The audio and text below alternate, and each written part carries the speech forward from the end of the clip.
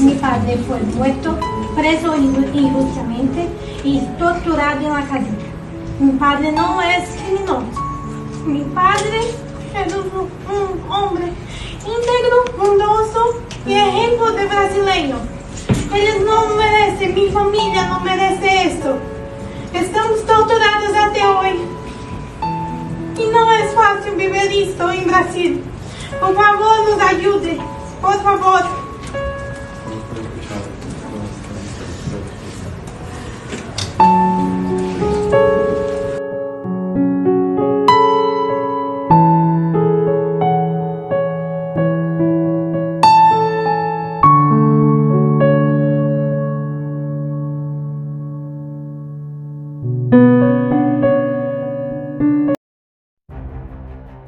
Pontos. Primeiro, o senhor esteve com o Barroso e o Alexandre de Moraes, que disseram a respeito da suposta tentativa de assassinato que eles sofreram.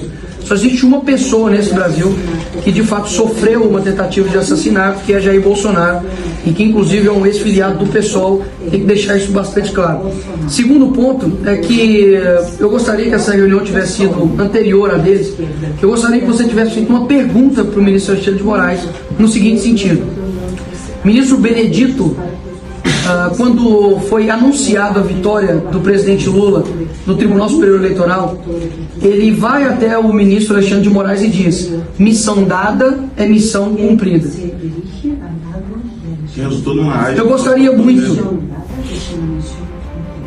muito que alguém, pode ser até o mesmo próprio Benedito, ou o próprio ministro Alexandre de Moraes, ele dê a resposta do que isso significa. E a partir dessa resposta vai ficar muito claro que tudo isso aqui, mais do que comprovado, a veracidade vai ser ainda mais atestada. E mais uma vez, faço aqui, para poder finalizar a minha fala, faço coro ao Clesão que morreu, às famílias que estão presas até hoje.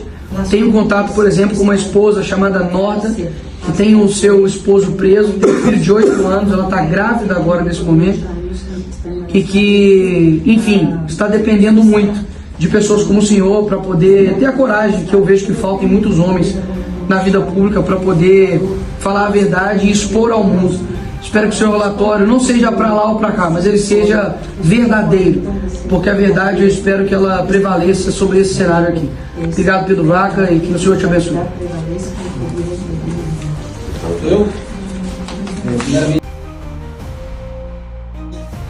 Nós fizemos uma reunião, acho que foi ano passado, na sede da Comissão Interamericana de Direitos Humanos, e eu lembro que eu falei uma frase lá nessa audiência. Eu disse que as pessoas que estão aqui, por estarem aqui, estavam no seu escritório, lá na sua sede. Nós corremos os riscos agora, a partir de agora, de sermos perseguidos no Brasil por termos vindo aqui denunciar o que está acontecendo lá. O senhor lembra disso? Eu falei que nós que estamos aqui, a partir de agora, somos alvos do STF. Desde então, Marcelo Van Hatten foi colocado em um inquérito por suas palavras, sendo que ele é um deputado federal, ou seja, ele é inviolável por suas palavras. Carla Zambelli foi decidido por uma corte aqui no Brasil que ela deveria perder o mandato dela pelas palavras dela. Bia Kicis colocado no inquérito por causa de suas palavras. Eu colocado em inquérito por causa de minhas palavras. E muito provavelmente todos que estão aqui estão em inquéritos, não por roubar, não por desviar dinheiro público, não por cometer crimes, por nossas palavras. Nós somos parlamentares. Parlare é a nossa função. Nós temos a blindagem sagrada da Constituição de podermos falar o que nós quisermos e somos todos agora réus por nossas palavras. Então, quando o Marcelo Van Hatten disse que, pela nossa percepção, a Comissão Interamericana dos Direitos Humanos não faz parte da solução, mas parte do problema, eu sou obrigado a concordar com ele. Se alguma coisa tivesse sido feita desde as primeiras reuniões, talvez hoje nós não estaríamos nessa situação calamitosa, desastrosa que a gente se encontra. Então, eu poderia aproveitar esses 5 minutos para fazer uma defesa e explicar para o senhor todos os crimes que o STF cometeu contra mim. Eu preparei, bonitinho. Muito bonitinho eu preparei, mas eu não vou falar sobre mim. Eu fiz um vídeo sobre isso daqui ontem, não sei se o senhor assistiu. Assistiu? Porque 5 minutos não dá tempo. Mas eu preparei algo melhor. O senhor ontem teve uma reunião justamente com as pessoas que se posam como defensores da democracia, baluartes da verdade, aqueles que defendem as instituições. E eles falaram para vocês algumas coisas que não têm a menor relação com a realidade. Tudo começou, a censura no Brasil começou com aquilo ali. Quando uma investigação da Lava Jato descobriu que o ministro do STF estava envolvido no maior esquema de corrupção que o mundo já viu. E naquele momento, esse ministro, Dias Toffoli, que era presidente da Suprema Corte, decidiu censurar esse artigo dessa revista famosa, determinou que as revistas fossem recolhidas nas bancas de revistas e basicamente criminalizou qualquer um que falasse sobre isso. Em sequência, ele abriu um inquérito de ofício que é ilegal no Brasil, entregou esse inquérito na mão do Alexandre de Moraes, o que também é ilegal, porque tem um sistema que faz uma distribuição aleatória, e o Alexandre de Moraes, há 6 anos, vem usado esse inquérito para destruir toda e qualquer pessoa que demonstre desaprovação com a Suprema Corte. Só por uns 2 minutos aqui, Mário. E o Barroso e os ministros do STF interferem ativamente no Congresso. Quando nós tentamos e aprovamos uma lei para voto impresso, onde as leis da urna eletrônica, o voto seria impresso e cairia dentro de uma urna física, sem encostar nesse papel, o Barroso foi até o Congresso, chamou presidentes de partidos e falou com eles, dizendo: não é para passar essa lei, eu proíbo. Se vocês passarem essa lei, vocês serão perseguidos. Isso saiu na imprensa, senhor. Saiu na imprensa. Contra voto impresso, Barroso busca cacique central em oposição. Alexandre de Moraes também foi lá, chamou os presidentes de partidos e falou: não é para aprovar essa lei. E ameaçou essas pessoas.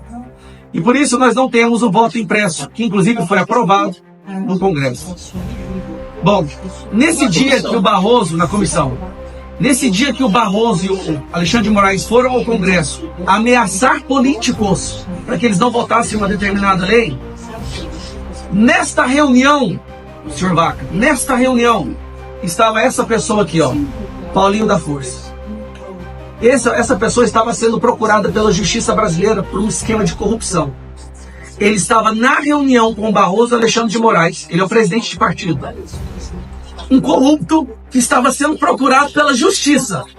Estava na reunião com 2 ministros da Suprema Corte para impedir que o voto impresso fosse aprovado. Não encontram ele para uma citação, para uma intimação, mas encontram ele para impedir que o projeto seja aprovado na Câmara dos Deputados.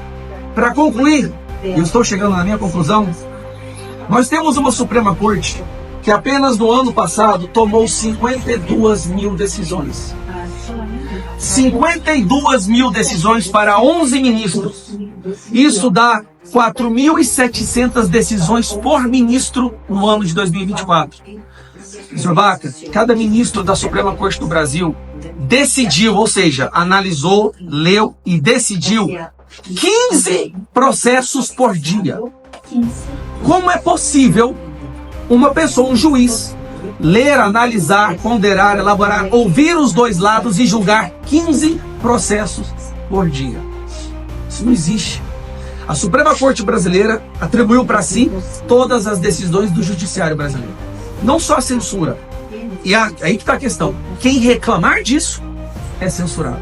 Recentemente eu recebi a Polícia Federal na minha casa, às 6 horas da manhã, com armas em mão. Com armas em mão, apontando para o meu filho. 6 horas da manhã, porque o Alexandre de Moraes queria pegar o meu celular e ver o que eu estava conversando com Elon Musk.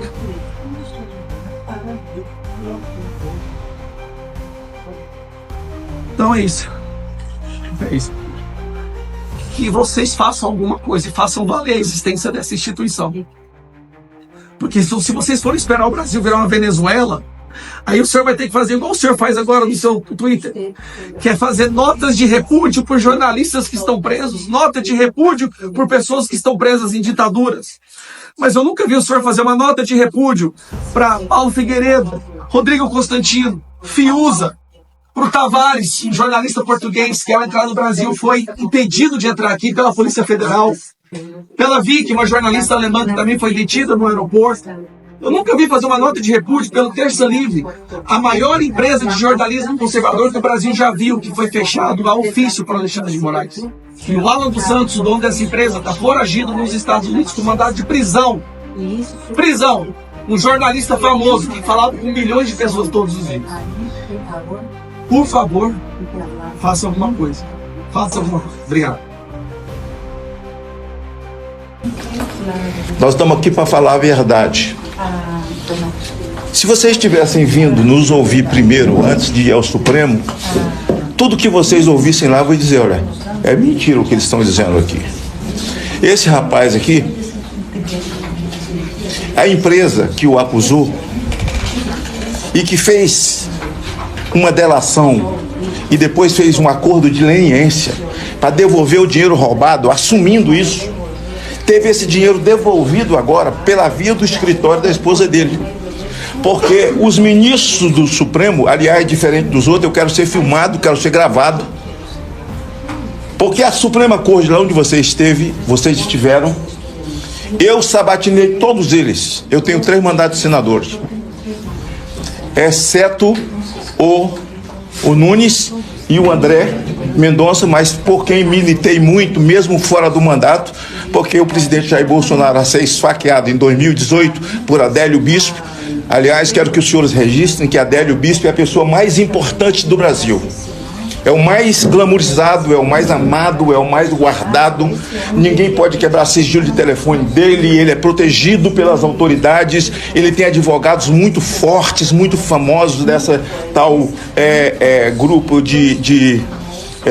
como é que é o nome das prerrogativas, e esse Adélio Bispo que esfaqueou Jair Bolsonaro, que até hoje, esse que não é um lobo solitário. Vejam que nós estamos vivendo. O presidente da Suprema Corte, chamado ministro Barroso, o Alexandre de Moraes, ele é relator de um inquérito que começou com esse rapaz aqui. E esse inquérito começou com base no regimento interno do Supremo Tribunal Federal, que é para tratar de questões internas e não de questões externas. Olha só a inversão disso. E aí virou um estômago de elefante, onde eles jogam tudo ali dentro. O ordenamento jurídico do Brasil, nós estamos vivendo na época da internet, nós estamos vivendo na época cibernética. O nosso ordenamento jurídico está nas nuvens. Essa Constituição que você recebeu, deixa eu dar um beijo nela, porque é uma afinada. Tchau, tá morta. Ninguém a respeita. Ali cada um faz o seu próprio papel. Aqui está esse homem, que eu quero lhe dar a foto dele. Chama Clezão. Ele foi morto nas vísceras, senhor. Nas vísceras do Estado. Aqui está ele saindo de maca de dentro do Senado. Aqui está a família dele. Ele não quebrou, ele não fotografou, ele simplesmente estava lá. A PGR, que de uma certa forma não é ouvida, e quando é ouvida sempre está do lado da Suprema Corte, pediu para soltá-lo, por falta de prova e pelas comorbidades que ele estava doente. Ele morreu lá dentro. A esquerda do Brasil, que vocês conhecem, vocês estão lá para estudar esses assuntos, em 64, eles falam que o Herzog desapareceu nos porões da ditadura. Esse cidadão aqui desapareceu nos porões. E o sangue dele está na mão do Supremo Tribunal Federal. De Alexandre de Moraes, que aliás é o CEO daquele negócio lá, está na mão dele. 1 minuto. Essa família aqui sofrendo. Aqui está o advogado, o nosso presidente da Suprema Corte, o senador, o ministro Barroso, fazendo o seu discurso, um comício no meio de jovens da Uni, dizendo: acabamos com o bolsonarismo. Bom, a não ser que ele nos convença a ser a favor de aborto, a favor de ideologia de gênero, a favor de invadir terra dos outros, aí acabou mesmo, né? Mas veja, isso é papel de ministro, e aqui é ele. Cadê o vídeo? Esse vídeo aqui,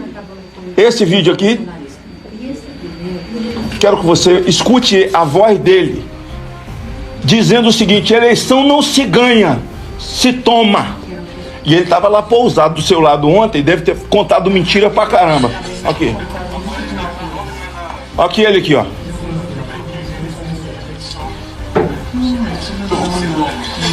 Se toma. Em seguida pergunta, ó. Não tá gravando não, né? Tá com som não, né? Esse é aquele santinho que tava sentado com você lá, que tá nas fotos nos jornais hoje. Viu? Agora tem um outro aqui. Posso tirar essa aqui? Olha aqui. Vou dar um minuto aqui. Ele aqui. É porque sobrou um minuto de alguém aí, eu peguei e guardei. Não sei. Tá garantido aqui, pode deixar. Pra gente, o senhor vai responder as Forças Armadas. O senhor vai deixar o código ser exposto. O Brasil precisa dessa resposta, ministro. Com todo respeito. Por favor, Barroso, responde pra gente. Perdeu o mané numa mola. Perdeu o mané. Essa senhora aqui, me perdoa. Essa senhora aqui, tá vendo aqui? Eu sou um dos senadores que mais vivi dentro da Colmeia, que é a penitenciária feminina aqui, e a Papuda, que é a penitenciária de adultos. Eu sou o senador que mais estive lá, que mais convivi. Tá vendo essa senhora aqui com as filhas aqui? Isso aqui é roupa de presidiária. Ela aqui escreveu com um batom, aqui nessa estátua, perdeu o mané. Ela eternizou uma frase dele. Sabe quantos anos ela tomou, doutor? 17 anos de cadeia. 17 anos. Porque escreveu a frase dele. O povo do Brasil estava vivendo numa catarse.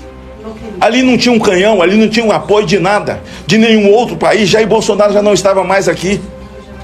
Se quebrou um vidro, se algum vândalo fez alguma coisa, agora digo ao senhor, o general G. Dias, que é o GSI do presidente da República, as imagens apareceram dele lá dentro, com algumas pessoas, ele dando água, servindo as pessoas, que supostamente eram vândalos desse dia.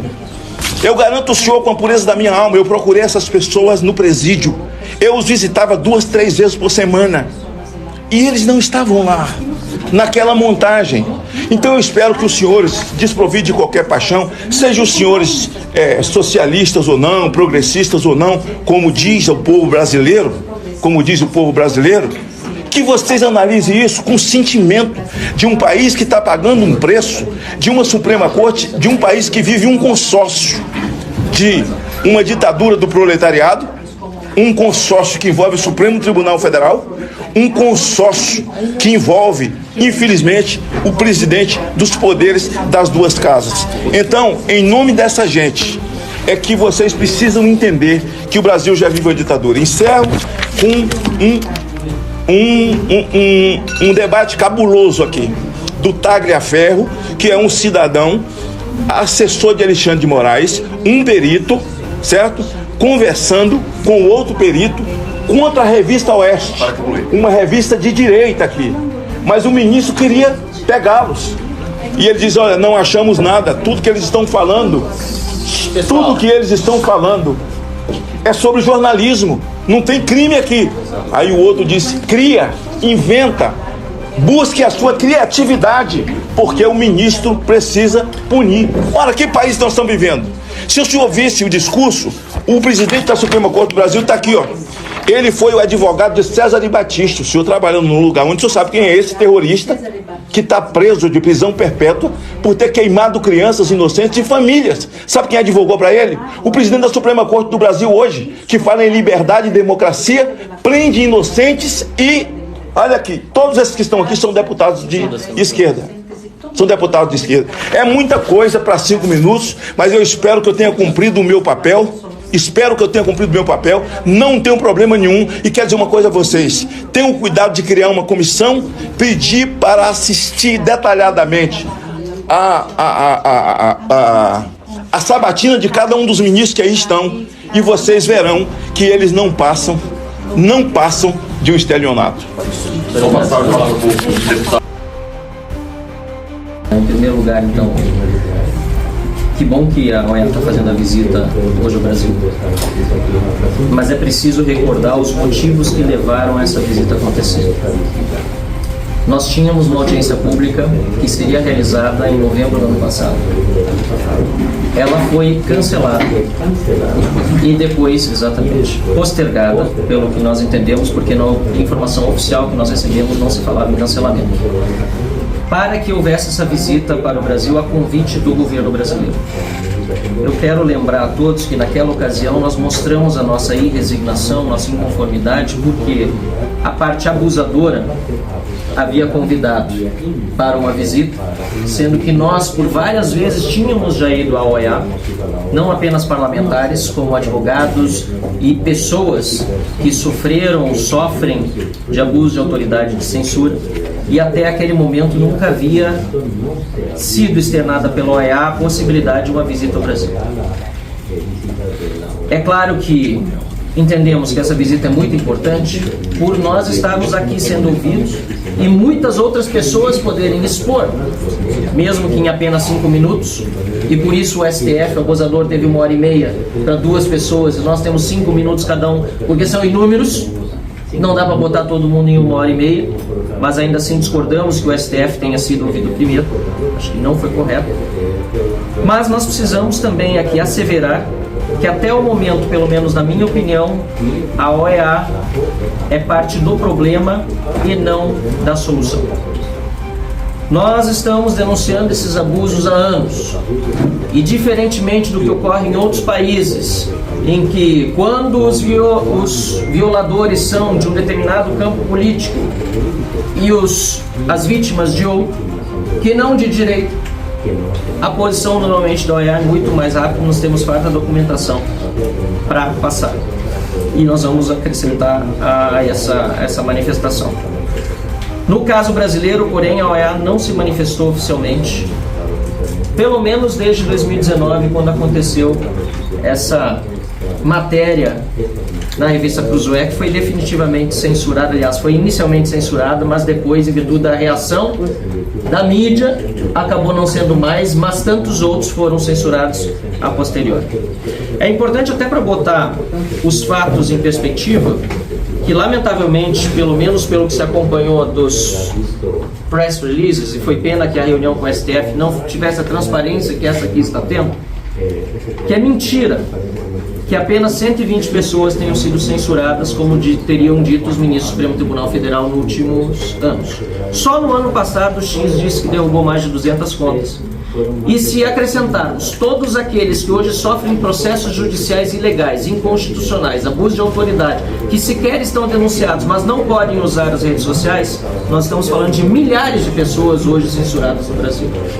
Para não falar do efeito que isso gera de autocensura no restante da população, que se vê amedrontada para se manifestar, seja em redes sociais, seja pessoalmente, contra um governo que está aliado com, nesse momento, a corte para perseguir opositores.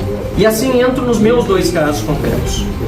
Eu sou um opositor do governo Lula já de muito tempo, aliás do PT, há muito mais tempo antes mesmo de Lula chegar na primeira vez à presidência da República em 2002. Eu fui censurado no X e a ADF, que está aqui conosco, representa a mim e ao Partido Novo no caso do bloqueio do X do Brasil, que foi um escândalo internacional. O Brasil ficou ao lado apenas de 6 países que hoje censuram a plataforma X. Depois disso, fui perseguido pelo governo Lula e continuo por uma manifestação feita em tribuna denunciando abuso de autoridade e ilegalidades cometidas durante um processo envolvendo Felipe Martins.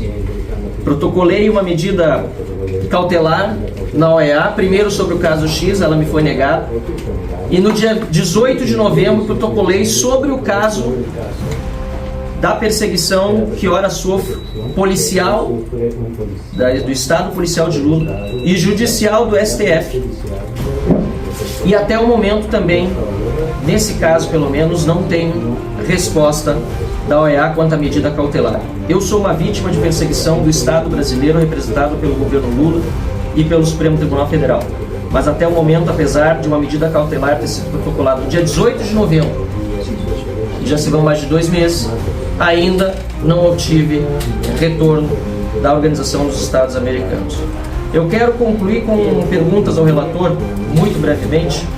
Gostaria de saber se Felipe Martins, que originou, aliás, o processo que é feito contra mim por eu ter defendido, não a ele, mas o devido processo na condução do seu caso, se ele será ouvido pela comissão nesses dias que está aqui.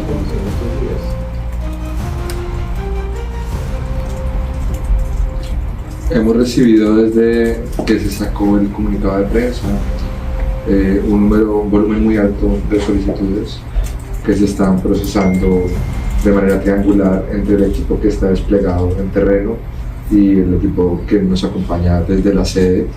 No me atrevería en este momento, mucho menos a confirmar o a descartar. Lo que puedo comprometerme es que una vez finalizada esta reunión procederé a revisar. Hemos recibido un número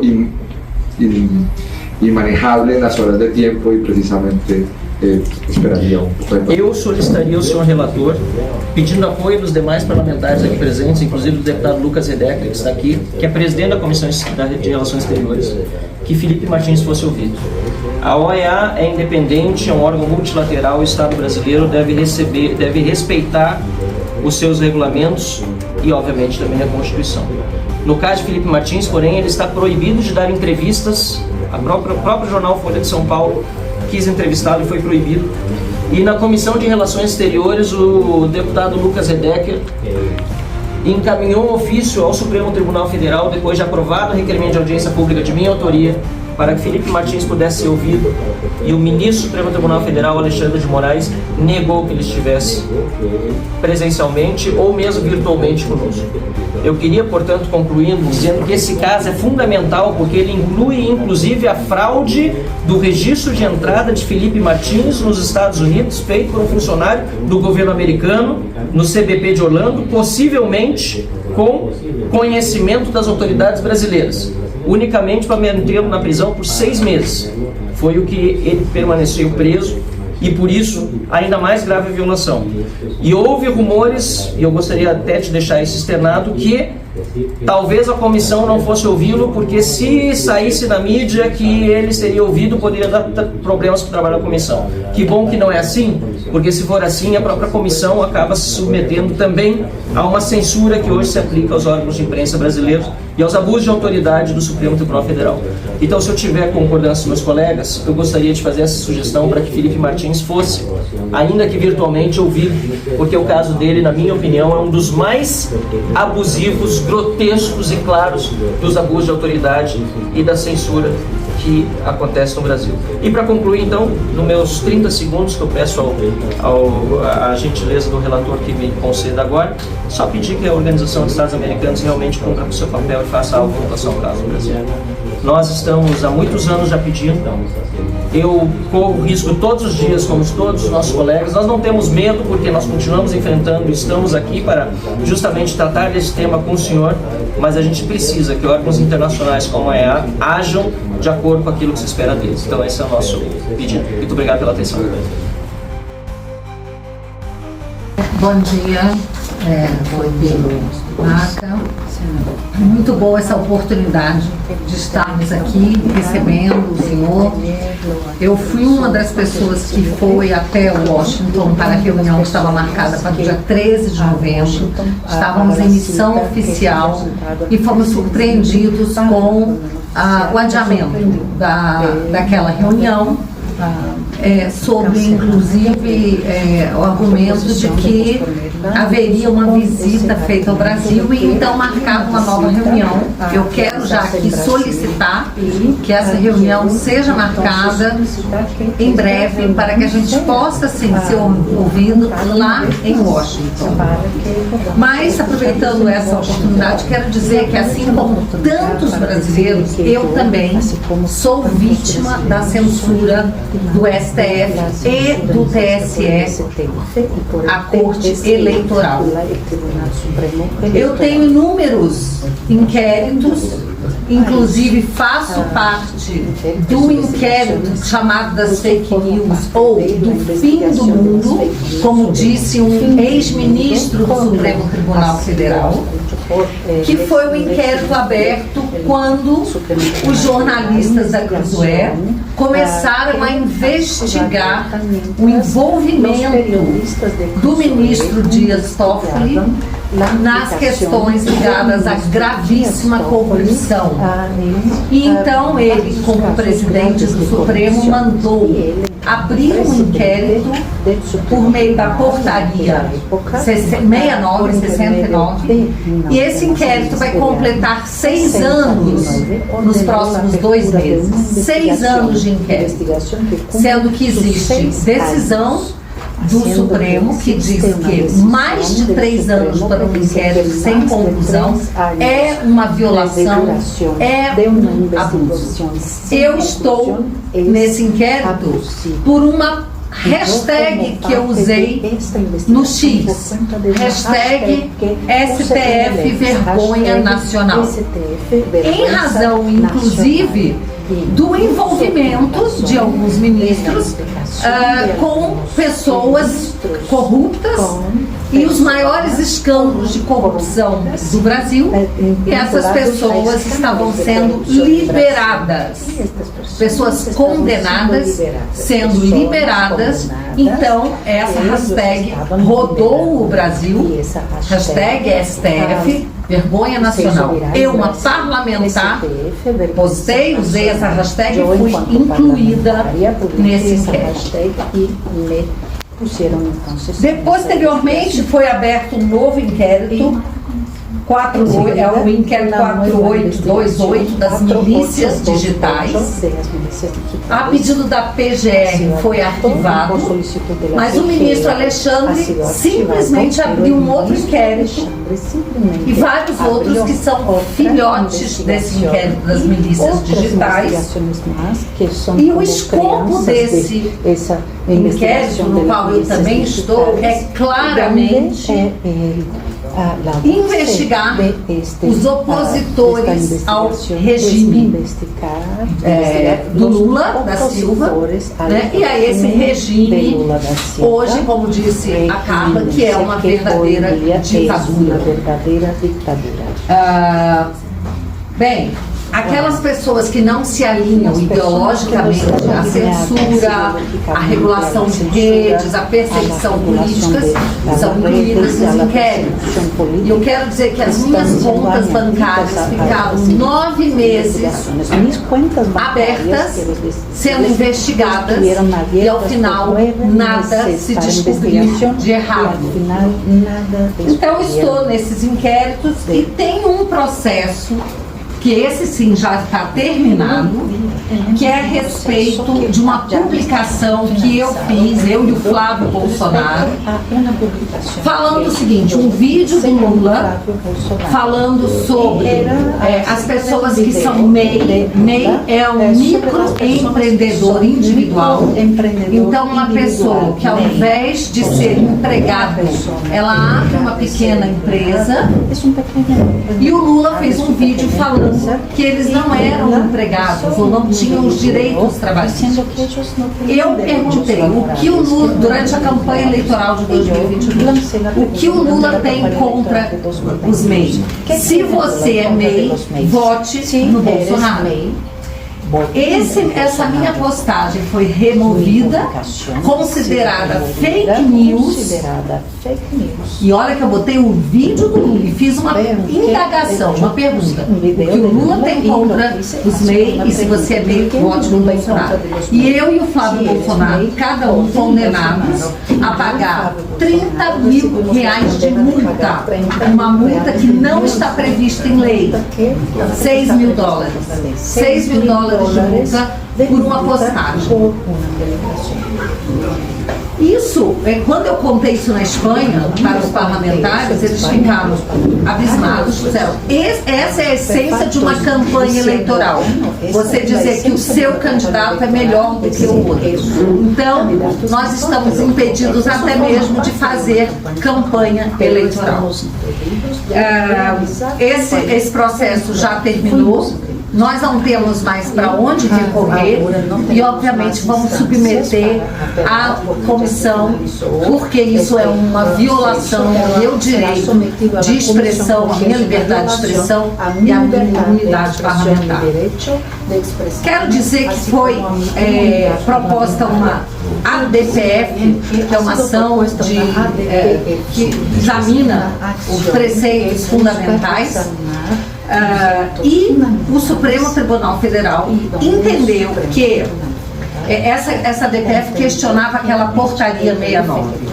E ele entendeu o seguinte, que deve-se observar a proteção da liberdade de expressão e de imprensa nos termos da Constituição, e aqui eu cito também a Convenção da Constituição, mas excluindo do escopo do inquérito matérias jornalísticas e postagens, então estão excluídas do escopo do inquérito, compartilhamentos e outras manifestações na internet, feitas anonimamente ou não. Agora aqui que vem a questão, desde que não integrem esquemas de financiamento e divulgação em massa nas redes sociais. Bom, eu nunca financiei postagem, nunca paguei por postagem, mas eu tenho, a exemplo da Carla, quase 8 milhões de seguidores em todas as redes. O que eu posto impacta as massas. Então, o que significa divulgação em massa nas redes sociais? O Supremo, em seu acordo, nunca explicou o que isso significa, mas parece que aqueles parlamentares ou pessoas que publiquem e alcancem muitas pessoas sem financiamento estão sendo impedidas de se comunicar. Mais uma violação à minha liberdade de expressão e também à minha imunidade parlamentar. Então, é isso. Obrigada. Só para deixar claro que